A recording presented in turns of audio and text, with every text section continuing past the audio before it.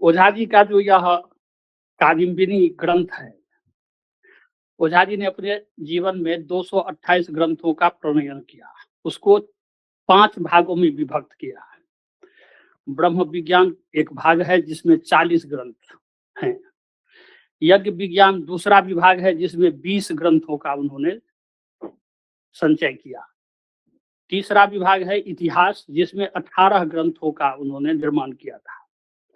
चौथा विभाग है वेदांग समीक्षा, जिसके अंतर्गत 30 ग्रंथों का उन्होंने प्रणयन किया है। और 5वां विभाग है आगम रहस्य, जिसमें 120 ग्रंथों का उन्होंने प्रणयन किया। कुल 228 ग्रंथ। उसमें से जो वेदांग समीक्षा नाम का चौथा विभाग है, जिसमें 30 ग्रंथों का उन्होंने निर्माण किया, उस वेदांग समीक्षा को भी 4 भागों में विभक्त किया उन्होंने। वाक्पदिका, ज्योतिष चक्रधर, आत्म संस्कार कल्प और परिशिष्टानुग्रह। यह जो कादम्बिनी ग्रंथ है, यह ज्योतिष चक्रधर के अंतर्गत, ज्योतिष चक्रधर में 5 उन्होंने ग्रंथ लिखे हैं। तारा विज्ञान, गोल विज्ञान, होरा विज्ञान, कादम्बिनी और लक्षण विज्ञान। उसमें से यह एक ग्रंथ कादम्बिनी है। कादम्बिनी शब्द को जब हम देखते हैं तो रस गंगाधर में पंडित राज जगन्नाथ ने मंगलाचरण किया है। उसमें लिखा है, स्मृतापि तरुणा तपम करुणया हरंती नृणाम अभयंकुर तनुत्विषाम बलयिता सतेर विद्युताम कलिंदगिरि नंदिनी तटसुरद्रुमालंबिनी मदीय मति चुंबिनी भवतु कापि कादम्बिनी। तो कादम्बिनी का तात्पर्य वहां लिया है मेघमाला, और यही अर्थ लेकर के श्रीमान ओझा जी ने भी इस ग्रंथ में वृष्टि विचार का पूरा वर्णन किया है। वृष्टि शब्द को सुनने से हमें अपने पर्यावरण की तरफ ध्यान देना होता है। तो पर्यावरण की जब हम चर्चा करते हैं तो अथर्ववेद में एक मंत्र आता है, आपो वाता ओषधयस्तान ये कस्मिन भुवन अर्पितानि। आपो वाताः ओषधयः, जल, वायु और औषधि। तो पर्यावरण की जब हम चर्चा करते हैं तो 3 मंडल की चर्चा करते हैं, जल मंडल, नभोमंडल, वायुमंडल और स्थल मंडल। तो स्थल मंडल पर औषधियां होती हैं, इसलिए अथर्ववेद का जो यह मंत्र है, आपो वाता औषधयः, इसमें औषधयः से स्थल मंडल का बोध होता है, आपः से जलमंडल का बोध होता है और वाता से वायुमंडल का बोध होता है। यह जो स्थल मंडल है, इस स्थल मंडल पर जो औषधियों की उत्पत्ति होती है वो बिना रस के नहीं होगा, रस की जरूरत है। रस कहाँ से आएगा? तो जल से आएगा, और जल का मूल स्रोत ऊपर है नभोमंडल में, वहां से जल बरसता है, बरस कर पृथ्वी पर आता है और यहाँ संचित होता है। अब यहाँ जो विज्ञान है, उस विज्ञान में आचार्य यास्क ने आदित्य शब्द का निर्वचन करते हुए लिखा है, आदत्ते रसान आदत्ते भासम ज्योतिषाम वा।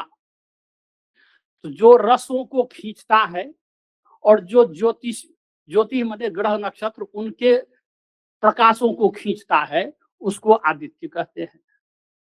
वह रसों को खींचता है। तो कहाँ से खींचता है? वाल्मीकि रामायण में भगवान वाल्मीकि ने लिखा है, पीत्वा रसम समुद्राणाम द्यौः प्रसूते रसायनम नवमास घृतम गर्भम भास्करस्य गभस्तिभिः पीत्वा रसम समुद्राणाम द्यौः प्रसूते रसायनम। तो समुद्रों से रस को पीकर आकाश से सूर्य के माध्यम से वह वृष्टि होती है, जिससे वो जल पुनः इस पृथ्वी पर आता है। इसी को जल चक्र कहा गया है। वह जो जल को सूर्य खींच करके ले जाता है, वो खींच करके जब ले जाता है तो उसके लिए एक मंत्र आता है यजुर्वेद में, अपागुम रसमुद्वयसगुम सूर्य संतगुम समाहितम अपाग्म रसस्य जो रसस्तंभो गृहणाम युत्तमम। इस मंत्र से हम लोग कर्मकांडी लोग शर्करा स्नान कराते हैं भगवान को। इसका तात्पर्य है अपाम रसम उद्भय संतम सूर्य संतम समाहितम। जल का जो रस है, सार भाग, रस का तात्पर्य है सूक्ष्म भाग, तो जल का जो सार भाग है उसको उद्भय संतम ऊपर की ओर ले जाते हुए सूर्य संतम समाहितम, सूर्य में उसको समाहित कर दिया जाता है। और जब वह जल का सूक्ष्म भाग सूर्य में समाहित होता है तो सूर्य के पास पुनः उसका सूक्ष्म भाग निकाला जाता है, उसको कहते हैं अपाम रसस्य यो रसः। जल के सार भाग का जो सार भाग सूर्य के पास निकलता है, तंबो गृहणामि उत्तमम, उस उत्तम तत्व को मैं आपको समर्पित करता हूं, यह भाव है इस मंत्र का। तो सूर्य के पास जो यह रस तत्व जाता है, जो सूर्य अपने किरणों के माध्यम से इस पृथ्वी पर जो जल के स्रोत हैं, कुआं, तालाब, समुद्र, नदी आदि, उस सब में से रस तत्व खींच करके ले जाते हैं और वहां पुनः उसका संशुद्धिकरण होता है। और उस शुद्धिकरण के बाद जो उसमें से रस निकलता है, उससे ये जो आकाश से वृष्टि होती है, वह वृष्टि का जल तैयार होता है। इसलिए महर्षि यास्क ने निरुक्त शास्त्र में अंतरिक्ष लोक को कहा है कि वह अंतराक्षांतम भवति। अंतरिक्ष, अंतरिक्ष का निर्वचन अंतरिक्षा कस्मात, तो अंतराक्षांतम भवति। और उसको जल निर्माण केंद्र के रूप में प्रतिष्ठापित किया है यास्क ने कि अंतरिक्ष में जल बनता है। तो अंतरिक्ष जो है लोक, उससे ऊपर सूर्य लोक है। सूर्य लोक और अंतरिक्ष लोक के बीच में केवल जल ही जल है। इसलिए जो सूर्य विज्ञान है, सूर्य विज्ञान की दृष्टि से हम जब देखते हैं तो सूर्य की परिधि के चारों ओर जल मंडल है और उस जल मंडल में सूर्य की जो अग्नि है वो चमकती है, इसलिए हमको यहाँ से इतना प्रकाशित होता हुआ सूर्य दिखाई देता है। ओझा जी ने ही एक विज्ञान का निदर्शन देते हुए कहा है कि सूर्य प्रतिदिन इतनी उष्मा, इतना प्रकाश निक्षेपण करता है, फिर भी सूर्य का प्रकाश कभी कम नहीं होता और न कभी उसकी उष्मा कम होती। क्यों? तो इसीलिए कि वह प्रतिदिन जितनी ऊर्जा, जितनी उष्मा और जितना प्रकाश का अपने अंदर से प्रवाहन करता है, निकालता है, उतना तत्व वो जमा भी कर लेता है, खींच लेता है। तो आदत्ते रसान आदत्ते भासम ज्योतिषाम वेति आदित्य, यह जो यास्क का निर्वचन है, इस निर्वचन के आधार पर ओझा जी ने सूर्य की उष्मा कभी कम नहीं होती और सूर्य का प्रकाश कभी कम नहीं होता, इस बात को कहा है। रस शब्द को जब देखते हैं तो ब्राह्मण ग्रंथों में रस ओंकार ऐसा कहा गया है, रस ही ओंकार है। अब रस ओंकार है, इसको कहने से तात्पर्य है कि ओंकार जो है वो परब्रह्म परमात्मा का एक लक्षण मात्र है, सत्व रज तम तीनों गुणों का प्रतीक मात्र है। उन तीनों गुणों का प्रतीक रस तत्व है। और रस जो है रसो वृष्टि, वह रस हम लोगों के लिए वृष्टि के रूप में उपलब्ध होता है, वृष्टि के माध्यम से उपलब्ध होता है। इसलिए यह जो रस ओंकार, रसो वृष्टि और रसेन आप, जल, रस से ही जल तैयार होते हैं, ये सारी बातें कही गई। अग्नि सोमौ बिभ्रति आप इतता, यह भी एक लक्षण ब्राह्मण ग्रंथ में दिया गया है। इसके आगे कहते हैं बृहद जावालोपनिषद में कि इस संसार की जो स्थिति बनी है, यह संसार जो बना है उसमें अग्नि सोमात्मकम जगत, इसमें दो तत्व हैं, अग्नि और सोम। इस बात को लेकर के गोपथ ब्राह्मण का एक मंत्र उद्धृत करते हुए कादम्बिनी की भूमिका में ओझा जी ने कहा है, आपो भृग्वंगिरो रूपम आपो भृग्वंगिरोमयम। जल जो है वो भृगु और अंगिरा इन दोनों तत्वों के रूप में है। अब भृगु तत्व क्या है और अंगिरा तत्व क्या है, जब इसका विचार करते हैं तो अंगिरा तत्व से तो हमें स्पष्ट बोध हो जाता है कि वह अग्नि तत्व है, और भृगु तत्व जो है वह सोम का वाचक है।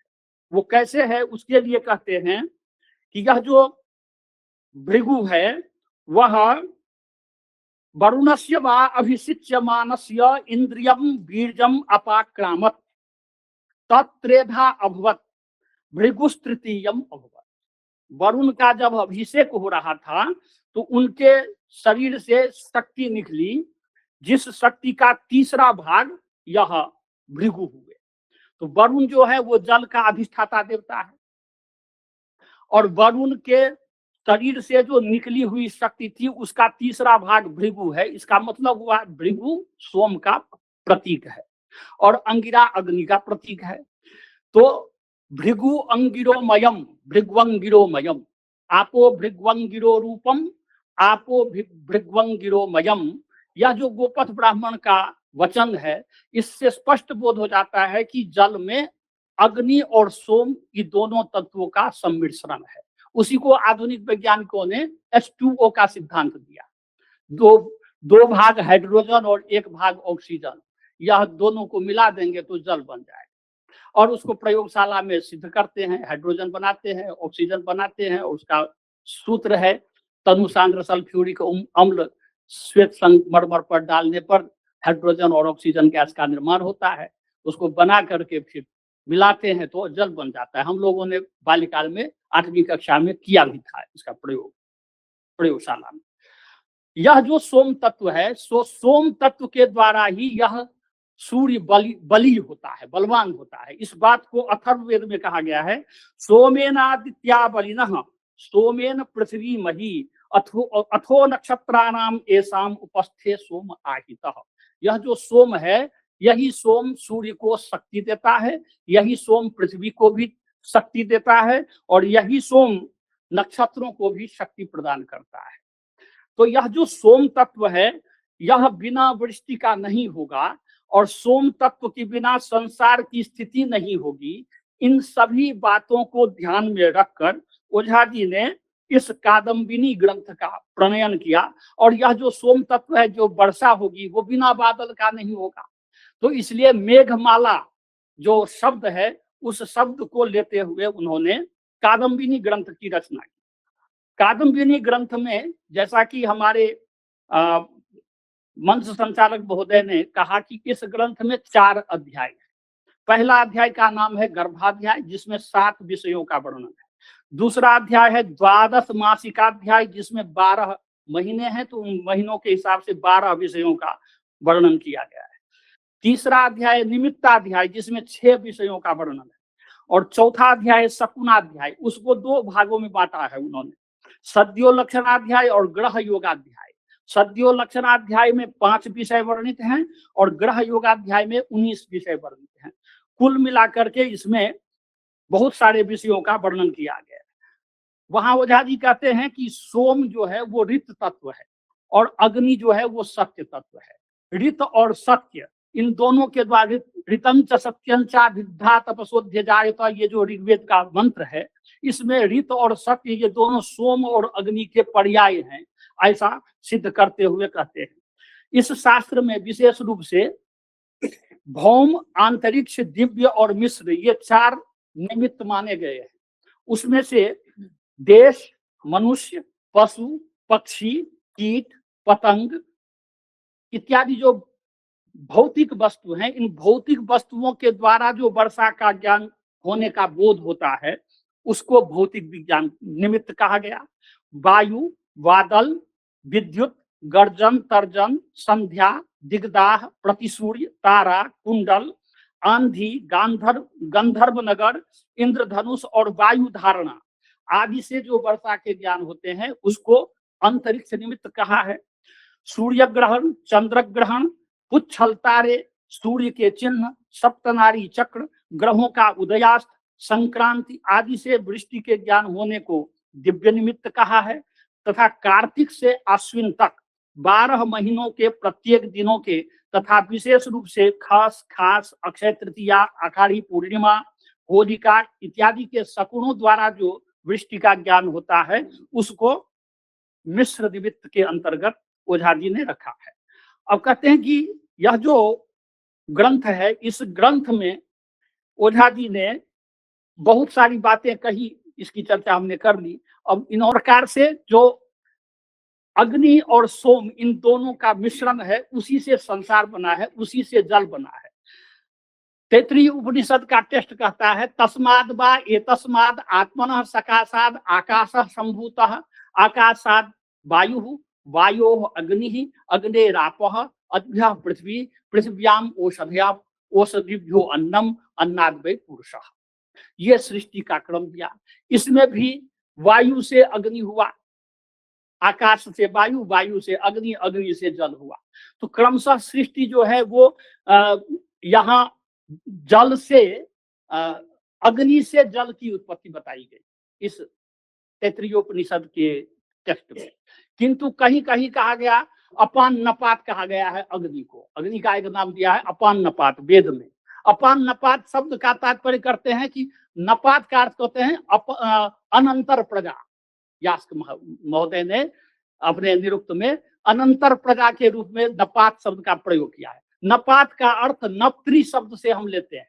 नप्त्री माने नाती, नाती माने बेटी का बेटा, पोत्री माने पोता, बेटा का बेटा पोता, और बेटी का बेटा बेटा नाती। तो अब यह अपान नपात अग्नि को कहा, मतलब किसका नाती है? तो जल का नाती है। अग्नि जल का नाती है। पूछा कैसे?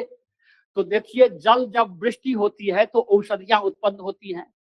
उन औषधियों में वृक्ष वनस्पति लता गुल्म सब आते हैं। वृक्षों में समी वृक्ष को काट करके लाते हैं, उसका बनाते हैं अरणी। तो वृक्ष जो है वो जल का पुत्र हुआ और उसका बना अरणी, उसकी बेटी हुई अरणी।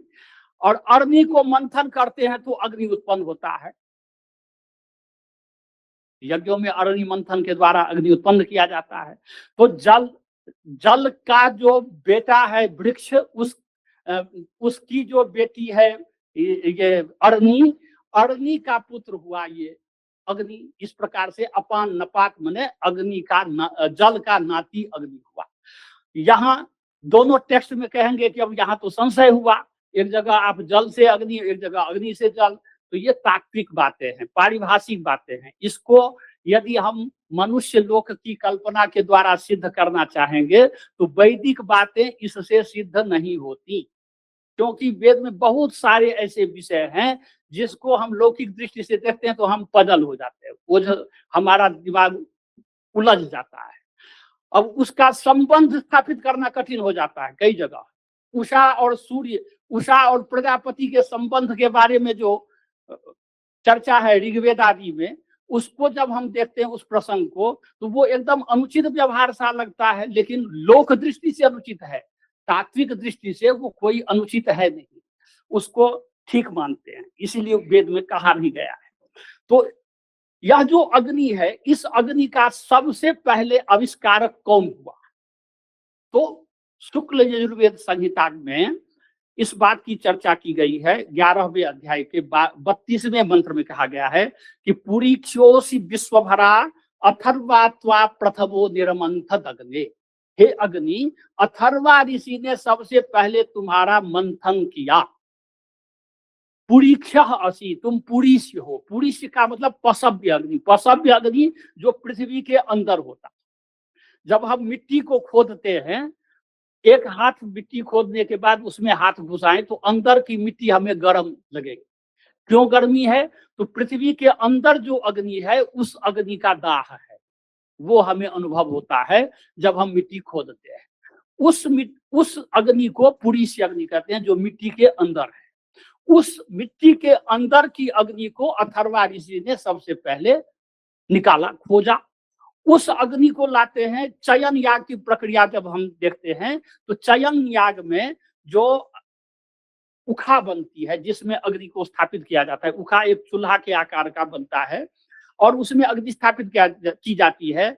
उस अग्नि को यजमान अपने गले में एक सीक, रस्सी का बना हुआ एक झूला जैसा रहता है, उसमें उस उखा को, मिट्टी की बनी हुई उस उखा को रखता है। उस उखा में अग्नि रहता है जो सतत यजमान के साथ रहता है यज्ञ करते समय। वह अग्नि उसकी नाभि के पास रहता है। वह जो झूला रहेगा लटका हुआ, उसमें जो उखा रखा रहेगा, उस उखा की ऊंचाई उसकी नाभि के बराबर रहेगी। तो नाभि नभ्याग्नि इसलिए उसको कहते हैं नभ्याग्नि, वो यजमान की नाभि के पास रहता है।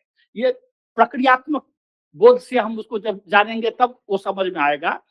तो वह जो नभ्याग्नि है, उस नभ्याग्नि को ही चिति पर स्थापित किया जाता है। ची चयने धातु से चयन शब्द बनता है, उसमें इष्टका का चयन होता है। 14 प्रकार के ईंट बनते हैं, उसमें अर्धोत्सेधा और पूर्णोत्सेधा ये 2 विधान है। आजकल भी हम जो ईंट देखते हैं, जो हम लोग मकान बनाते हैं, उसमें भी कुछ ना कुछ लिखा रहता है, नहीं तो कम से कम 3 छेद रहते हैं। इसका विधान वेद में मिलता है। वेद में कहा गया है कि जो ईंट बनाया जाए उसमें 3 प्रकार के चिन्ह होने चाहिए। वक्राकृता, वक्रा लिखिता, ऋज्वा लिखिता और समा लिखिता। ऋज्वा लिखिता मैंने तिरछा चिन्ह हो, समा लिखता मैंने सामान्य डैश जैसा 3 चिन्ह हो, अथवा वक्रा लिखता यू आकार का 3 चिन्ह हो। 3 चिन्ह जरूर होना चाहिए। तो आज भी जो ईंट मिलता है उसमें लिखा रहता है भारत महान, 3 अक्षर का प्रयोग होता है। तो ये जो 3 अक्षर का प्रयोग है वो ईंट में होना, ये वैदिक टेस्ट है जो आज भी लागू है। ईंट को रखने का विधान है कि जिस तरफ वो चिन्ह बना हुआ है उसको हम उल्टा करके रखते हैं, नीचे की ओर रखते हैं। आज भी जो ईंट की चिनाई की जाती है, जो बढ़िया मिस्त्री होगा वो मसाला लगा करके जिस तरफ भारत महान आदि लिखा रहता है उसको उल्टा करके ही रखता है। ये विधान है, ये वैदिक विधान है। उस विधान से ही आज भी घर बनते हैं, लेकिन कुछ जो नए जानकार नहीं है वो जैसे तैसे ईंट लगा देते हैं, वो अपना विधान। ईंटों का चयन किया जाता है, उस ईंट के ऊपर अग्नि को स्थापित की जाती है। उस समय में जो अग्नि लाया जाता है वो अग्नि है ये पुरीष अग्नि। उस अग्नि को सबसे पहले अथर्वा ऋषि ने जाना था, पहचाना था। दूसरा, जल को मंथन करके अथर्वा ऋषि ने अग्नि को प्राप्त किया था। जल को मथ कर उस जल में से अग्नि को, आज भी पन बिजली प्रयोग है, पन बिजली उद्योग है, जो डैम वगैरह बनते हैं उसमें विद्युत उत्पादन होता है। ये पन बिजली का जो उद्योग हुआ वो हमें अथर्वा ऋषि ने ही सिखाया था, और उसी सीख के आधार पर हमने आज अपना बुद्धि विकसित करके बहुत बड़ा बड़ा डैम बनाया है और बहुत बड़ा अधिक मात्रा में बिजली को उत्पादन कर रहे हैं। अरण्योर निहितो जात वेदा, यह जो जात वेद अग्नि है वो अरणी में निहित है। अरणी जो समीकाष्ठ का बनता है, 2 होती है वो, इसलिए अरणी द्विवचन का प्रयोग है। उत्तरारणी और अधरारणी। अधरारणी के ऊपर उत्तरारणी रखते हैं, उसको मंथ में लगाते हैं, और मंथ को जब घिसते हैं तो मथ करके अग्नि उत्पन्न होती है। वह अरण्योर निहितो जात वेदा। तीसरा स्थान अथर्वा ऋषि को प्राप्त हुआ, यो अस्मदो रंतरग्निम जजान। उन्होंने, अस्मा कहते पत्थर को, पत्थर के टुकड़ों के अंदर अग्नि था। एक पत्थर को दूसरे पत्थर में आज भी हम टकराते हैं तो अग्नि की जो किरण है वो छिटकती हुई हमें नजर आती है। यह विज्ञान अथर्वा ऋषि ने जाना था, इसलिए अथर्वा को अग्नि का आविष्कारक ऋषि माना जाता है। अब मनु ने कहा है कि अग्नि में जो हम आहुति देते हैं, अग्नि में ही क्यों देते हैं, दूसरे वस्तु में भी दे सकते थे। तो कहते हैं अग्नौ प्रास्ताहुति सम्यक आदित्यम उपतिष्ठते, आदित्या जायते वृष्टि वृष्टेरन्नम ततः प्रजा। तो अग्नि में जो हम आहुति देते हैं वो सीधे सूर्य के पास पहुंचता है, आदित्य देवता के पास पहुंचता है। अग्नौ प्रास्ताहुति सम्यक आदित्यम उपतिष्ठते, आदित्या जायते वृष्टि, और सूर्य से वृष्टि होती है। वृष्टेरन्नम ततः प्रजा, वृष्टि से अन्न होता है, उससे प्रजा को भरण पोषण होता है, उससे प्रजा सुरक्षित रहती है। तो इस प्रकार से तैत्तिरीय संहिता में भी कहा गया है कि अग्निर्वा इतो वृष्टिम उदीरयति मरुतः सृष्टाम नयन्ति यदा खलु वा असौ आदित्यो न्यंग रश्मि भी पर्यावर्तते अथ वर्षति। सूर्य के 2 रश्मियों की चर्चा की गई है, न्यग रश्मि और ऊर्ध्व रश्मि। तो ऊर्ध्व रश्मि जो है वो सूर्य के ऊपरी भाग में है, जिसे द्युलोक कहते हैं। तो द्युलोक में जो लोग रहते हैं वो अमर कहे गए, क्यों कि वो सूर्य का जो ऊपर का रश्मि है वो प्राण तत्व देने वाला है, और नीचे का जो रश्मि है उसको यम कहा गया, वो प्राण हरता है। हम लोग सूर्य के नीचे की रश्मि के अधीन हैं, इसलिए हम लोग जन्म लेते हैं और मर जाते हैं। मरना तय है, क्योंकि हम सूर्य के नीचे नीचे की रश्मि से पलते हैं। और जो सूर्य के ऊपर की रश्मि के तरफ हैं देवगण, वो कभी नहीं मरते हैं, इसलिए उनको अमरा, निर्जरा, देवा, त्रिदशा, विबुधा, असुरा इत्यादि कहा गया है। देवताओं का नाम अमर हैं, वो नहीं मरते, क्योंकि उनके पास प्राण तत्व निक्षेपण उत्क्षेपण करते हैं सूर्य, और हमारे तरफ से प्राण तत्व लेते हैं सूर्य। इसलिए क्योंकि आदत्य रसायन हमारा रस खींच लेते हैं। आजकल गर्मियों के महीने में कोल्ड ड्रिंक का आता है प्रचार, तो दिखाता है कि बच्चा सब गेंद खेल रहा है मैदान में, और सूर्य ऊपर से उसका माथे से पी जाते हैं सारे रस, वो बेहोश होकर के गिर जाता है। फिर कोई उसको कोल्ड ड्रिंक पिलाता है तो होश में आ जाता है। तो इसका तात्पर्य है कि सूर्य हमारे अंदर से भी रस खींचते हैं और उसको खींच करके ले जाते हैं। तो वह रस खींचते खींचते एक दिन हमारा सारा रस सूख जाता है और हमारा जय जय सिया सीताराम हो जाता है।